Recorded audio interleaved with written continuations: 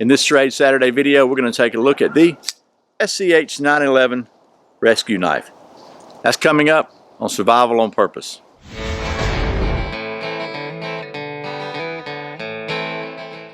Welcome back to Survival on Purpose. My name is Brian. Thanks for joining me. So the folks at Schrade were kind enough to send me one of their SCH911, kind of a rescue type, first responder type knife. This is a Magic Assist knife. And by the way, I found out what the magic stands for. Let me just read you this because there's no way I could remember it. So as I'm sure you're aware of, the Magic Assist is Schrade's name for their assisted opening. And basically what it stands for is multi-purpose, assisted, generational, and innovative cutlery. They kind of had to reach for that one to make it work for Magic, but I got to say anyway, whatever you want to call it, however they came up with the name, it is absolutely a really cool opening system. It is, I've said this before on so many videos, it really blurs the line between an automatic and an assisted opening. And it works with either the thumb studs or kind of generally have this little actuated lever back here that starts the blade moving, and then once the blade starts moving, the spring takes over. Really, really cool. But that is kind of a little rabbit trail rambling I'm doing here. So without any more of that, let's take you down to the old stump top. We'll talk about the specs and features of this thing, and we'll get to doing some of that rescue knife stuff. Okay, so here's a closer look at the Schrade SCH911. The 911 features a 3.4 inch, or for those of you still stuck in the metric system, 8.6 centimeter, fully serrated, recurved, blunt tip Tonto style blade. Features bead blasted 4034 stainless steel with a 5-inch or 12.7 centimeter nylon fiber handle with an overall open length of 8.4 inches or 21.4 centimeters. Knife weighs about 5.92 ounces or 167.8 grams. So it's a nice, solid, good sized knife. It's got a finger groove here on the bottom, kind of for your index finger, and then on top it's got a little bit of jimping. Not at all aggressive. Very helpful to have to give you a good grip if you're using this in a rescue type situation. Then it features ambidextrous thumb knobs on either side. I guess that's what ambidextrous means, right? It has a tip up pocket clip, and it features a safety lock. So once this thing is locked, it won't open. You can't open it, which is good. And then when you got the red showing, it is able to open, and the lock is off, and you can just open it up like that. And then you push the lock up and you won't be able to close it. It won't close up on you or anything like that. Features an oxygen tank wrench, a glass breaker, has a fold-out strap cutter. Honestly, I've not had a whole lot of success with these small strap cutters, but we're going to check this one out. And one thing I really like about this knife is it is it's a liner lock design, if you can see that there. But it's kind of a reverse liner lock, but instead of having to to move that manually, if you just take the safety, you pull it off, and then you pull it back a little bit more, it automatically releases the liner lock for you. So you can actually just do it even with one hand. I like that a whole lot. That's probably one of the coolest things I've seen on a liner lock knife. The glass breaker is built into the frame, so it's not a separate carbide tip or anything. And just works very good. It's a very nice, smooth operating knife, and it feels really good in your hand. It's got a good enough size so you can really use it. I think this recurved serrated edge here is going to be very handy for cutting straps or cutting somebody out of a seat belt or whatever. And it also has a bit of a fine edge here, about an inch and a quarter, which is just so you got the best of both worlds. Then it has a blunt tip you can use for a light duty pry bar or something like that. And then again, I really like the ability to just pull back on that lever to close it, and then you can lock it and it stays closed. So that's that. Let's get to doing some knife stuff now. Okay, so we got a couple of different tests I want to try to do with this thing. First of all, let's go ahead and get this out of the way. We're going to give the strap cutter an opportunity to cut some strap. Just going to see how well it works. Again, I do not have the highest confidence in these little small strap cutters. We're going to check them out though. So I've got a piece of seatbelt material here. I'm going to put as much pressure as I can on it, like it would be in a really hung up seatbelt, and we'll just see if this thing cuts it. Wow. Okay. It actually did really well. I'm surprised by that, to be honest with you. And all I did really, just to show you again, to start that, I just moved it just a little bit at an angle. So try again. Once I got it started, okay, I'm having a hard time holding it, but once I got it started at an angle, it sliced right through. So maybe that's the trick. So the strap cutter works really well, and I got to say I'm surprised and impressed. So let's see how well the straight edge cuts without cutting my finger. Not bad. How about the serrated edge? I'm having a hard time. Let's get another piece of this stuff here. Wow, works really well for that.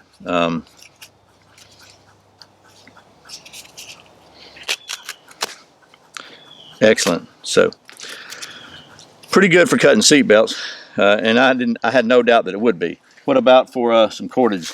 Here's some braided bank line, which again, I've said this before, I don't recommend this. It's really hard to work with, but great job on that with a straight smooth edge. Let's try it with the serrations. Serrations work great. Just for kicks, we'll try the line cutter, the strap cutter. I don't think it's going to work as well on this, but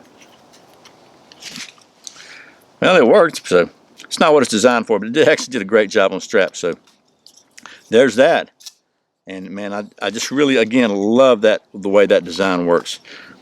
Because when I first got it, I was trying to push do this manually, and it was a real pain in the neck. And then I actually read the instructions and realized that, wow, look at that. You just pull that back just a little bit more. So let me see if I can get that where you can focus on it. When you pull the safety back, it just moves the little line lock out of the way, and you can close it. Pretty handy. 02 wrench is really good for first responders. So all that's really good. What about the glass breaker? Now, I don't have a windshield that I can break because my wife would get really mad if I tried it on her car. And I've already had replaced the window on my truck once this year because somebody broke it and broke in. But I have a piece of ceramic tile here. I know this is not the same as a glass windshield, but it is the best I can do under the circumstances. We're going to just give this thing a shot and see how well it works. So I'm going to call that a pass. So we know it'll break a piece of tile. And it was up suspended, but we'll just try it with it down flat then and see if it works. Okay, so it works. There's that. Okay, so admittedly this is not really designed to be a woods knife or an outdoor knife. This is designed with first responders in mind, something to have with you in your vehicle or on your person in case you have to help rescue somebody or rescue yourself or do those kind of tasks. But it's a knife, and if it happened to be the only knife you had on you and you were caught in a situation where you needed a knife, just want to try a couple things here with it because I can't help myself. So first of all, we're going to see how well this little straight edge here can maybe do some feathers, because it's got a pretty good edge on it, to be honest. Believe it or not, this little bit of a straight edge here is actually pretty good. You can see, not bad at all as far as carving these feathers here. We'll try the serrations now. I'm not really big on serrations for feathers.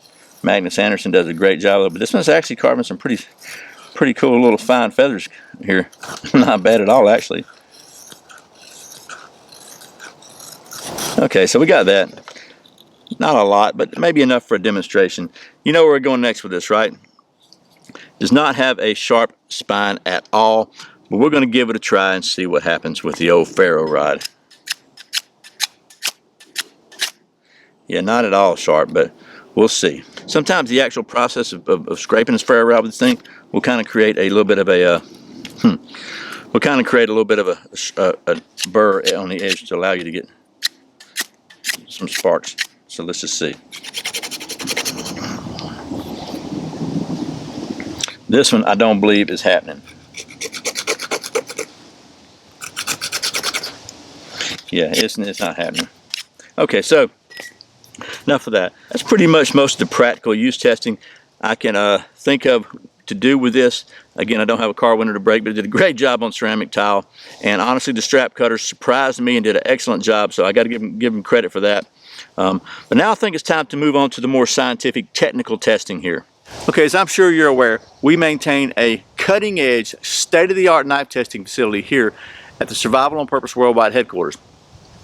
And we typically use our balance, orientation, and rotational device to test fixed blades. But thanks to a suggestion from Indian Prepper 24/7, we have started developing our state-of-the-art folding knife testing facility, and you'll see a lot of different iterations of this as we improve it. Right now we've got a little bit different version of it we're testing, so we're going to check that out with the SCH911.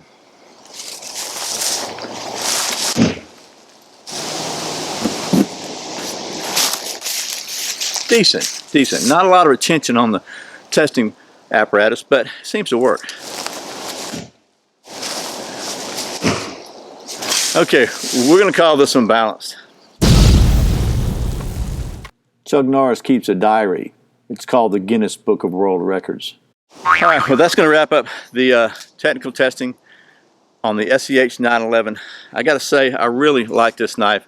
If you're a first responder or somebody who might have to deal with that type of situation, this could be a really handy knife to have, or just to keep in your vehicle, to keep with you, just in case, because it does an excellent job at all the tasks. It cuts the seat belt really well. I really like the fact that the strap cutter, it really surprised me because I've not had a lot of success with these things, but this one worked really well. And the quick deploy too, you just pop it out with your finger, it's good to go. And then the glass breaker works good on ceramic tile. I'm sure it'll work fine on glass. One of the tricks that I've learned about breaking car windows is you don't want to hit it right in the middle. You want to hit it near the edge where it doesn't have a lot of give to it. That'll make it shatter quicker. What I really like about this knife, and I wish they would do this on some of their other knives, is the way that the way that the safety lever actually disengages the liner lock. It just makes you don't have to reach down here and get your hand in the way at all of the blade. You just pull that lever down and lock it up. Lock it safety. Tip up carry. Just, in my opinion, this is a great little knife. At the time of this video, the SCH911 is about 40 bucks on Amazon. There'll be a link to this below. Once again, thanks to the folks at Schrade for sending me this so I can show it to you. As always, thank you for watching Survival on Purpose. Thanks for subscribing, thanks for clicking that thumbs up, for sharing this video with all your friends, and thank you so very much for doing all your Amazon shopping through the Survival on Purpose links. I really appreciate your support. Once again, my name's Brian. You're watching Survival on Purpose. Remember, survival's not an accident, so be prepared.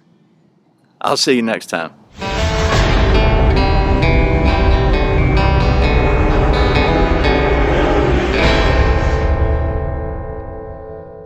Man, I stuck a thorn in my finger, in my hand, and it stinking hurts. State-of-the-art knife testing facility.